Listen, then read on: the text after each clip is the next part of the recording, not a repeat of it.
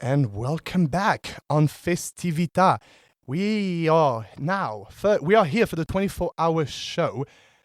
Now we're going to go with an interview about something that I believe is probably the most important thing I would say to know on this show.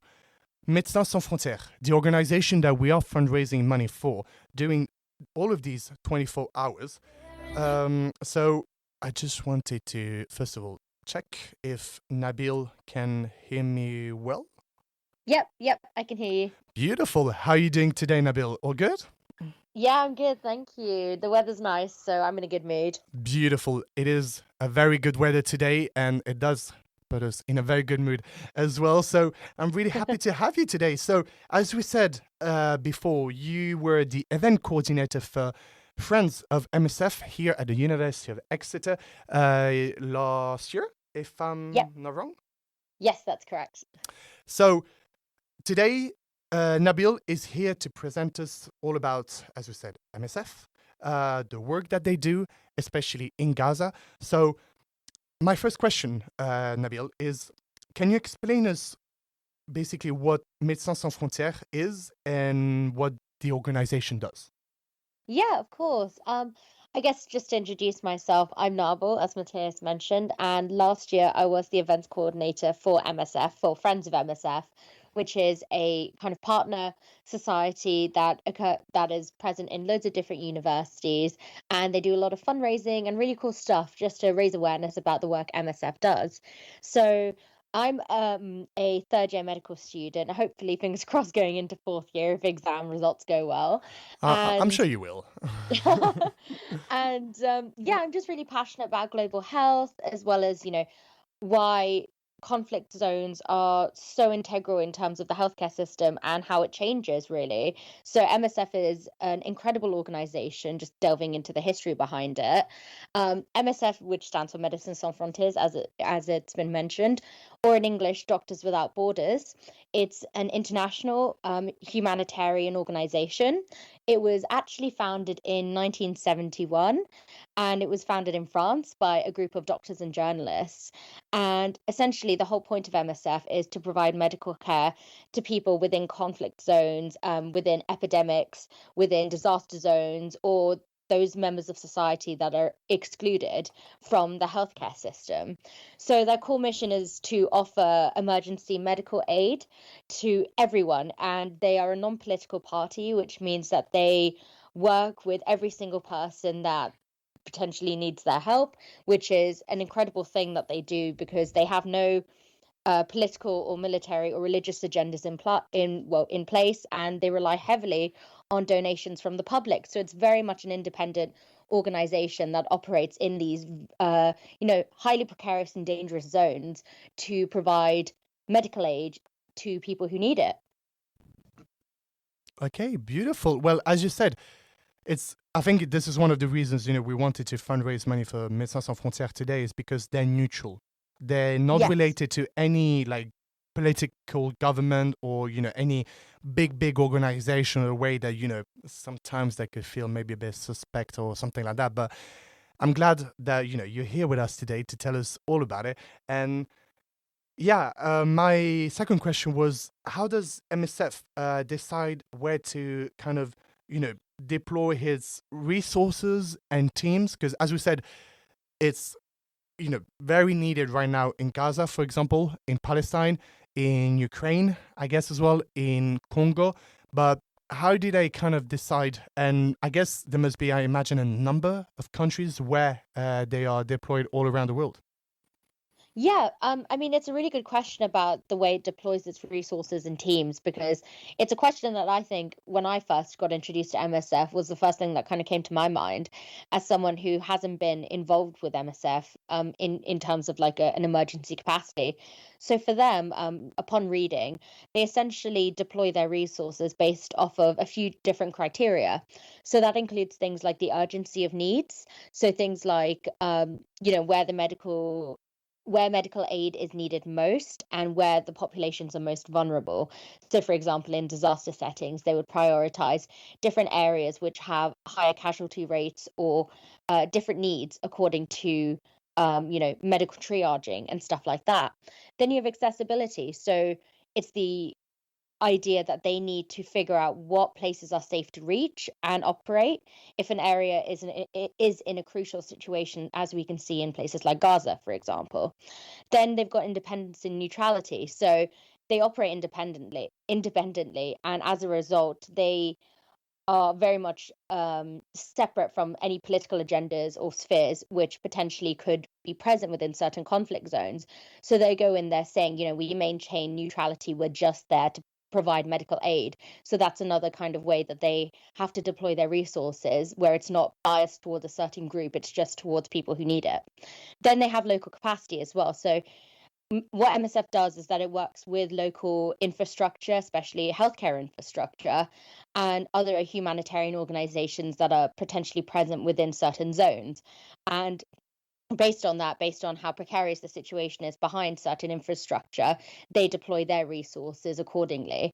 And then the final thing is security. So, risk assessments are carried out to ensure that the MSF staff are actually safe, as well as the patients. So again, it determines where they deploy their resources, to what level and to what duration, and what impact it will have. So a lot of things actually go into the thought process behind MSF deploying resources and teams. And I think that's so, so important to consider, especially when you're donating as well. A lot of these resources are very well thought out in terms of where they're going to be applied and where the impact is going to be placed. So that's why I think it's such an incredible organization. Beautiful, beautiful. Well, I'm glad that, after hearing what you just said about MSF, I'm glad to see that, it proves even more our goal here in FestiVITA to fundraise money for them, because, as I said, they go all around the world. They work all around the world in many countries, and we just want to help them as much as we can, help them in the best way possible, and I guess donate as well, as much as we can. So that's why, again, don't forget to donate. The link is on Instagram, festivita_events. My other question is, as we know, there's the war right now going on in Gaza. Here at FestiVITA, we are not here to obviously talk about politics itself. We just want to help people, because no matter where people stand, or no matter which opinion they have, there are people dying right now. There are a lot of people dying right now. So Médecins Sans Frontières needs to be in Gaza right now to be able to help the people there who need the medical emergencies. So do you know, and would you mind telling us kind of an overview of the current situation that is going in Gaza, and maybe the challenges in the way that MSF are facing there? Yeah, so I mean, I did a bit of research before this about the most updated information that's come out of Gaza from the MSF teams. And as of June the 21st, 2024, 75% of Gazans have been displaced, and they've been forced to live in these really appalling conditions, no sanitary conditions, lack of food, lack of water, really cramped conditions, which are also at risk of heavy bombing, as really, really awful conditions. And the MSF teams have actually seen a surge of patients with things like scabies, for example, things that are quite contagious. And over the past, contagious. And over the past month, they've seen that stocks used to treat certain conditions, like chronic conditions, are running dangerously low. So you have a lack of medications needed to treat the population in Gaza. And in Khan Yunis, for example, which is a certain area of Gaza, they were unable to provide medical consultations for several days in the recently opened healthcare center called Al Atar. I think I'm pronouncing that correctly. And it's just it is due to a lack of supplies and medications to run their activities. And on top of that, it's really, really hard, because they have multiple trucks. I think it's around 5 or 6 trucks that are filled with tons and tons of supplies that need to get through to Gazans and to those who very clearly need that medical aid. However, they've been waiting since June the 14th on the Egyptian side of the border between Palestine and Egypt, and they're unable to cross into Gaza where they're needed. So it's a really, really hard situation that they're being put in, and the reportings of it is, it's really heartbreaking to hear, and it really highlights why we need to donate to MSF and why we really need to continue to call for that ceasefire and why we need to continue to call for an end to the killing of everyone. And it's really, really hard. So yeah, that's kind of the update right now, as of as of the 21st of June from MSF workers in Gaza. Wow. And yes, as you said, it's just primordial, I'm not going to say mandatory, of course, but like we have to, help them as much as we can because the situation is just getting abominous right now and just horrible. It's a situation, whilst I was listening to you, I was like, I think I could never imagine myself, and thank God, leaving that kind of situation. And I think most of our listeners here, same. We can never imagine, having our house bombed, our city bombed, and so that's why, yeah, I think it's really, we don't realize how much even just £1, £2 could literally change the life of some people, whether in Gaza, whether in Ukraine, whether in Congo, everywhere around the world that needs the help of Médecins Sans Frontières will be grateful forever for any donation that you will be doing, doing this show. And we're all very grateful for it. My other question was, how does MSF, how can they kind of navigate through the security and like, in a way, how can they go through the security in like conflicts areas, obviously because it's a war? So do they have some prevention of ways before going there? Because we don't realize also people who are in Gaza, they get their house bombed, they get their city bombed, and we also have what we could call heroes.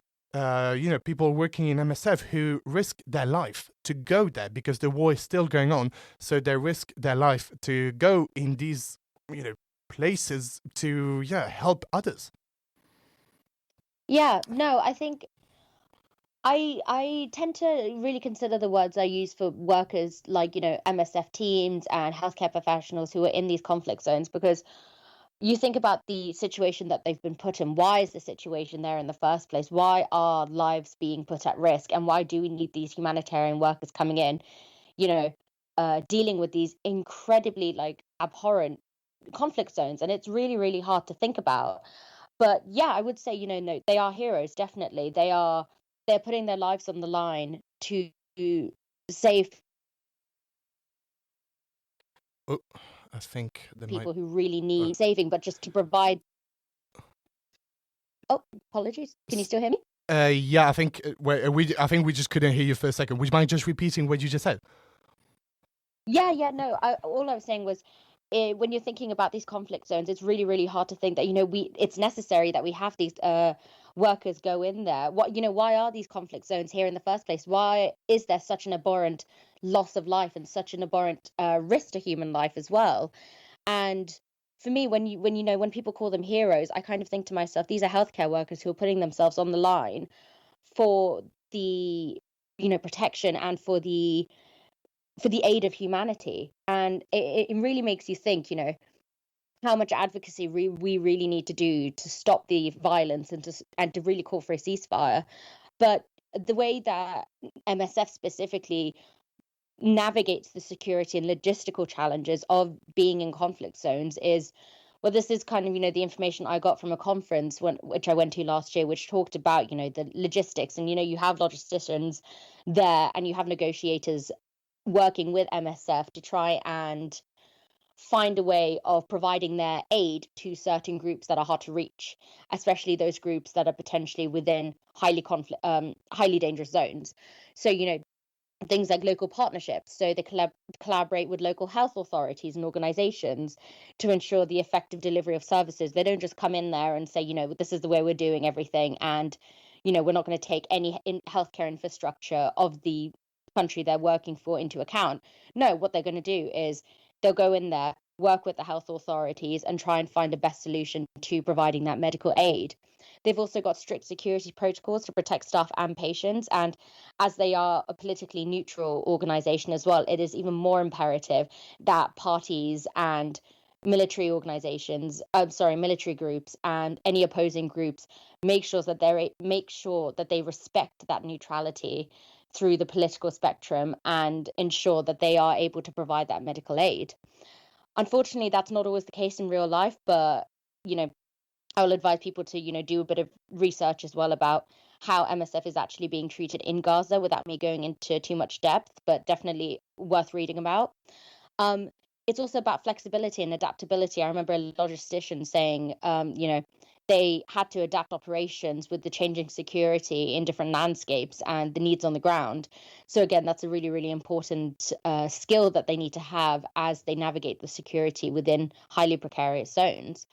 And then on top of that, you've got remote support. So they provide support outside the conflict zone when, direct access is impossible. So things like that very much are relevant to what's going on in Gaza right now, potentially having teams in surrounding countries or teams where you've got high refugee populations is imperative when you are trying to still provide medical aid to the populations that are being affected, but you can't directly go into those conflict zones. So those are the ways that they kind of navigate the security and logistical challenges of being in these highly dangerous and in these highly precarious zones and regions. Yeah, I mean, yeah, it's quite a again, when I hear this kind of stuff, I'm like, why does this still happen in 2024? Like, thank God we have people like people, working in Médecins Sans Frontières that are here to help. And obviously, we highlight the fact that, Médecins Sans Frontières people, like, thank God, they're here to help. But I guess, as you mentioned, the most important would be to also stop the conflict and do everything that we can to, for ceasefire, stop conflicts, and help. I just have no words, honestly, to describe what is going about, because us as students here at the University of Exeter, we are in the UK. Obviously, we have a comfortable, life compared to the people who are under the bombs. Unfortunately, in Gaza, for example, in Ukraine, Congo, everywhere. Unfortunately, where there is a conflict right now, and it breaks my heart. And this is why I really urge everyone, if you can, to donate as much as you can during these 24 hours, and even after the link will still be open. Donate as much as you can to MSF. Maybe, Nabil, do you have any maybe other links, maybe other places or links, or maybe stuff in general that, if, let's imagine people maybe can't really donate any money. Do you think there's like specific stuff that maybe we can donate to a charity that, I don't know, it can be clothes or can be sanitary, stuff? Yeah, there's Operation Olive Branch, which a lot of people might have heard of if they're on TikTok right now. And this is essentially a huge project that was set up by an influencer who is pairing families within Gaza who want to leave Gaza, who want to cross that Egyptian border, and they've got a lot of these GoFundmes that need a lot of donations, and the money needed to get from Gaza to Egypt is so high, and a lot of families can't afford it. So this olive branch project is definitely one way of helping Gazan families escape the conflict, and then again donating to MSF. On top of that, I would say if you don't have the money, I know as students, we don't have a lot of money to donate to everything, which is completely understandable. And, with this cost of living crisis as well, we need to take into account people's different financial situations. So what you can do is, if you I have, agree with you. yeah, if you're on social media, if you're on Instagram, if you're on TikTok, engaging with the information and the stories from Gaza firsthand, or through things like Al Jazeera, or through things like the MSF page, engaging with it through likes, comments, reposting it, sharing it on your group chats, putting it on your stories, all helps generate income for a lot of content creators. And that income, as obviously you need to do research with specific content creators, but a lot of that income goes to Gazan families, and it does actually provide donations, not through direct monetary transfers, but you just engaging with social media content does help. So yeah, that would be my pieces of advice if you feel like you can't donate. Beautiful. Well, as you heard, go and donate if you can. If not, there's a lot of organization. Remind me the name of the So Operation Olive Branch. And Operation then, Olive Branch. It will be yeah. on our Instagram. It will be everywhere. So you can go and give maybe some stuff that you have in general that might be in a way useless for us living in the UK, but you have no idea again how much it could help people who are in Gaza right now, or even in Ukraine, everywhere around the world that could potentially need it. MSF will be there, and other organizations will also be there to bring it to them. So yeah, thank you so much, Naabil, for coming with us today on FestiVITA. It was a pleasure. Is there anywhere where people maybe can find you if they want to ask you a question or something like that? Yeah, of course. So I have an Instagram, which is naa.n.khan. Hopefully it'll be in some chat or something on social media. Yeah, But if definitely you it will just be. type in Naabil Khan on Instagram, hopefully I come up. And yeah, please, reach out if you want to do more work surrounding donations. Obviously, Mateus is doing an amazing job with this 24-hour radio. So, stay tuned. And yeah, thank you so much for having me. Thank you so much. It was a pleasure.